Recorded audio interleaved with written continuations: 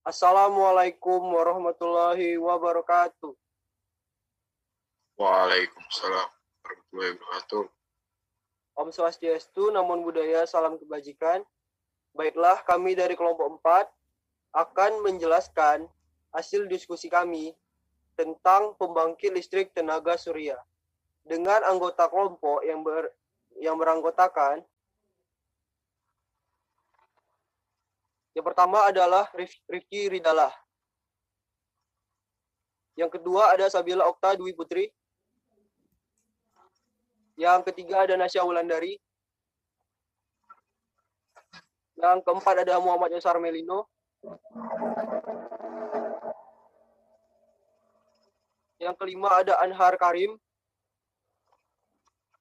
Yang keenam ada Rediansyah Nopri. Baiklah, materi yang pertama yang akan kami jelaskan adalah sejarah dari pembangkit listrik tenaga surya yang akan dijelaskan oleh Rifki Ridalah. Kepada Rifki Ridalah kami persilakan. Sejarah pembangkit listrik tenaga surya. Awal dari penemuan listrik tenaga matahari ini adalah ketika seorang ahli fisika asal Prancis yang bernama Alexander Edmond Becquerel pada tahun 1839. Awal penelitiannya dia mencoba menyinari dua buah elektroda dengan berbagai macam cahaya api serta cahaya lainnya. Tapi sayang masih belum menemukan hasil yang diharapkan. Berbeda dengan kita, Alexander Edmond Becquerel tidak menyerah begitu saja dan terus berusaha agar dapat menemukan cahaya yang nantinya dapat diubah menjadi energi. Terus berusaha meskipun tidak pernah menemukan hasil. 34 tahun berlalu, tepatnya pada tahun 1873, seorang ilmuwan bernama Willoughby Smith menemukan selenium yang berfungsi sebagai suatu elemen photoconduktivity, membawa sedikit angin segar dan harapan agar cahaya menghasilkan energi dapat terwujud. Terinspirasi dari Alexander Edmund Becquerel pada tahun 1876, William Grills bersama dengan muridnya Richard Evans mengungkapkan bahwa selenium dapat mengubah tenaga matahari secara langsung menjadi listrik tanpa ada bagian bergerak atau panas. Hingga pada tahun 1883, Charles Fritz mencoba melakukan penelitian dengan melapisi semikonduktor selenium dengan lapisan emas yang sangat amat tipis. Fotovoltaik yang dibuatnya menghasilkan efisiensi kurang dari 1%. Perkembangan terus berlanjut, memakan waktu cukup lama. Perkembangan berikutnya berhubungan dengan penemuan Albert Einstein tentang efek fotolistrik pada tahun 1904. Berlanjut cukup lama, pada tahun 1927, fotovoltaik atau tenaga surya dengan tipe yang baru dirancang menggunakan tembaga dan semikonduktor copper oxide. Namun kombinasi ini juga hanya bisa menghasilkan efisiensi masih kurang dari 1%. Pada tahun 1941, seorang peneliti bernama Russell All berhasil mengembangkan teknologi sel surya dan dikenal sebagai orang pertama yang membuat paten peranti panel surya modern. Bahan yang digunakannya ketika itu adalah semikonduktor berjenis silikon dan mampu menghasilkan efisiensi berkisar 4%. Karena para ilmuwan sudah mendapat pencerahan dan mulai menemukan hasil dengan berpatokannya pada teori Einstein, banyak ilmuwan dari berbagai negara kecuali Indonesia yang kembali mencoba mengembangkan teori tersebut. Hingga pada akhirnya pada tahun 1954, pihak Bell Laboratories berhasil menemukan lempeng yang sangat tepat untuk digunakan sebagai bahan dasar cikal bakal panel surya. Penemuan yang dilakukan oleh Gerald Pearson, Daryl Chapin, dan Souter Fuller secara tidak sengaja menemukan bahwa silikon yang digabungkan dengan unsur-unsur di dalam logam utama yang dihasilkan dari proses ekstraksi ternyata sensitif terhadap cahaya. Luar biasanya hasil penemuan 3 ilmuwan hebat ini yang kemudian menjadi tonggak penggunaan dan pengembangan teknologi panel surya sampai saat ini.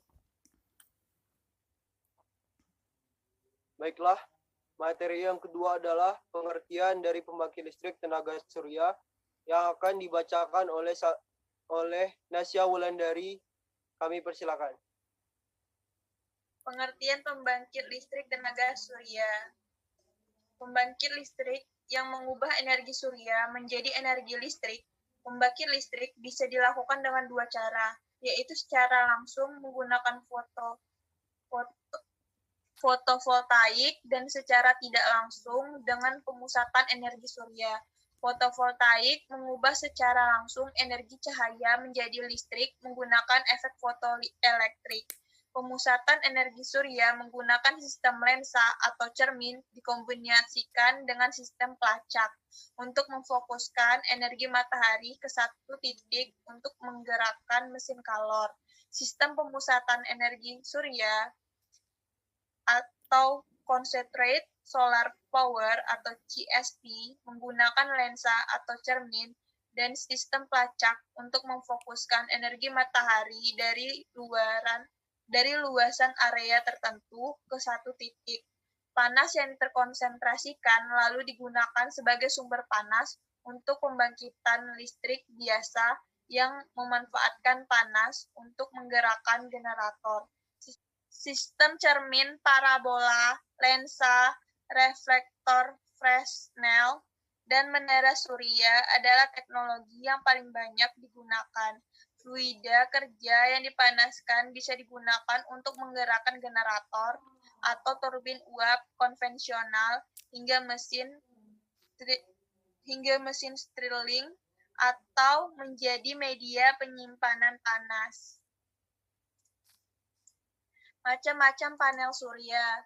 Yang pertama yaitu monokristal atau monokristalain, merupakan panel yang paling efisien yang dihasilkan dengan teknologi terkini dan menghasilkan daya listrik persatuan luas yang paling tinggi. Monokristal dirancang untuk penggunaan yang memerlukan konsumsi listrik besar pada tempat-tempat yang beriklim ekstrim dan dengan kondisi alam yang sangat panas, memiliki efisiensi sampai dengan 15%. Kelemahan dari panel jenis ini adalah tidak akan berfungsi baik di tempat yang cahaya mataharinya kurang atau teduh. Efisiensinya akan turun drastis dalam cuaca berawan. Terus yang kedua adalah polikristal atau polikristalain, merupakan panel surya yang memiliki susunan kristal acak karena difabrikasi dengan proses pengecoran. Tipe ini memerlukan luas permukaan yang lebih besar dibandingkan dengan jenis monokristal untuk menghasilkan daya listrik yang sama. Panel surya jenis ini memiliki efisiensi lebih rendah dibandingkan tipe monokristal, sehingga memiliki harga cenderung lebih murah. Terus, yang ketiga adalah thin film fotovoltaik. Merupakan panel surya dua lapisan dengan struktur lapisan tipis mikrokristal silikon dan amorphous dengan efisien modul hingga 8,5% sehingga untuk luas permukaan yang diperlukan per watt daya yang dihasilkan lebih besar daripada monokristal dan fotokristal dan polikristal. Inovasi terbaru adalah thin film triple junction PV dengan 3 lapisan. Dapat berfungsi sangat efisien dalam udara yang sangat berawan dan dapat menghasilkan daya listrik sampai 45% lebih tinggi daripada panel jenis lain dengan daya yang setara. Oke. Yang ketiga adalah cara kerja pembangkit listrik tenaga surya yang akan dibacakan oleh Anhar Karim. Kepada Anhar Karim, kami persilakan. Cara kerja listrik tenaga surya. Cara kerja listrik tenaga surya ini cukup sederhana. Komponen utama dari sumber energi ini adalah sel fotovoltaik. Sel tersebut berperan untuk menangkap panas matahari yang nantinya akan diubah menjadi sebuah energi listrik. Jika pembangkit listrik tenaga surya ini dibandingkan dengan pembangkit listrik yang lain, jenis pembangkit listrik tenaga surya ini diakui lebih ramah lingkungan, murah, dan hampir tidak memiliki polusi ataupun limbah dalam prosesnya. Itulah beberapa keuntungan dari listrik tenaga surya ini. Bagaimanakah cara kerja dari tenaga surya ini? Setelah panas matahari ditangkap oleh sel fotovoltaik, kemudian panas matahari tersebut akan digunakan untuk memanaskan cairan yang selanjutnya menjadi uap. Uap tersebut akan dipanaskan oleh sebuah generator yang akhirnya akan menghasilkan listrik. Secara umum, cara kerja listrik tenaga surya ini hampir sama seperti cara kerja pembakaran bahan bakar fosil dalam pengolahannya. Hal yang membedakan pembangkit listrik bahan bakar fosil dan pembangkit listrik tenaga surya ini adalah uap yang dihasilkan itu bukan dari pembakaran minyak fosil, akan tetapi dari tenaga surya atau cahaya matahari. Baiklah, yang keempat adalah kelebihan dan kekurangan dari pembangkit listrik tenaga surya yang akan dibacakan oleh Radiansyah. Kepada Radiansyah kami persilakan. Yang selanjutnya, kelebihan dan kekurangan pembangkit listrik tenaga surya.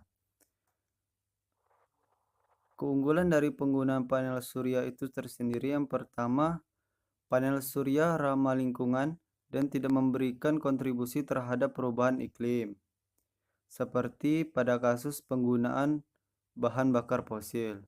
Yang kedua, panel surya tidak memancarkan gas rumah kaca yang berbahaya, seperti CO2.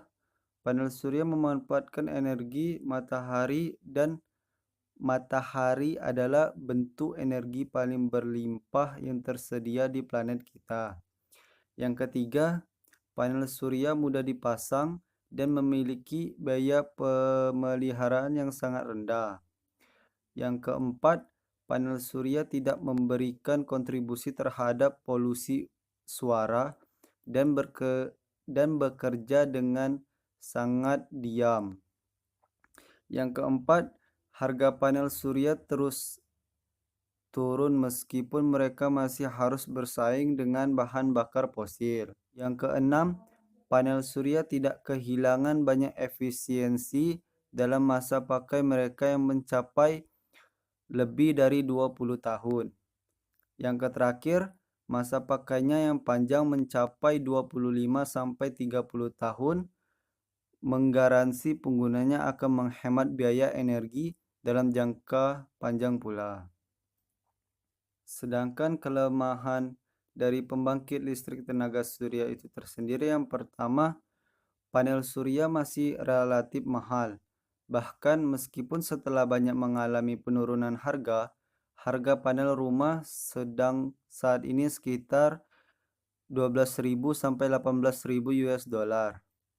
Yang kedua, panel surya masih perlu meningkatkan efisiensi secara signifikan. Yang ketiga, jika tidak terpasang dengan baik, dapat terjadi overheating pada panel surya. Yang keempat, panel surya terbuat dari beberapa bahan yang tidak ramah lingkungan.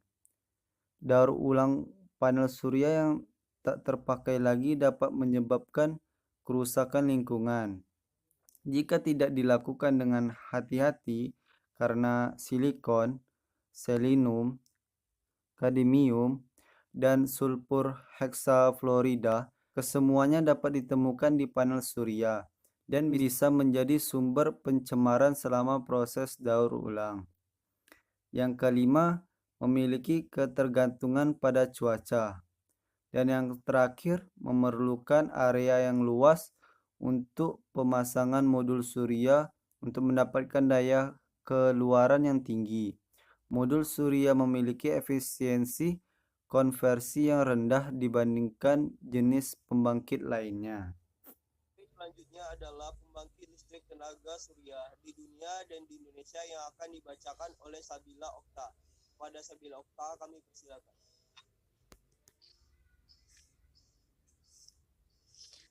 Pembangkit listrik tenaga surya di dunia dan di Indonesia. Di dunia, yang pertama ada Tengger Desert Solar Park 1500 MW di Cina. Tenaga surya 1545 MW yang berada di Zhongwei, Ningxia ini merupakan pembangkit listrik tenaga surya terbesar sejauh ini, dikenal sebagai tembok besar tenaga surya di China. Berlokasi di Gurun Tengger, gurun yang yang gersang seluas 36.700 km menjadikan lokasi ini sangat cocok dijadikan sumber tenaga yang terbaik. Yang kedua, ada Datong Solar Power Top Runner Base 1000 MW di Cina. Dengan 1000 GW, tahap 1 yang sudah selesai, kapasitas total 3 GW akan selesai di masa depan dalam 3 fase. Listrik tenaga surya datang di Cina memiliki potensi untuk menjadi pabrik tenaga surya terbesar di dunia setelah selesai. Yang ketiga, ada Cornwall Ultra Mega Solar Park 1000 MW di India. Pada bulan Oktober 2017, Cornwall Ultra Mega Solar Park telah menghasilkan lebih dari 800 juta unit energi dan menghemat lebih dari 700.000 ton karbon dioksida.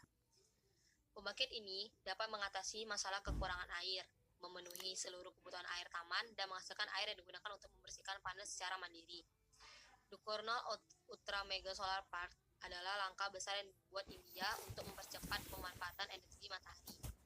Yang keempat, ada Longxianxia Dam Solar Park 850 MW di Cina.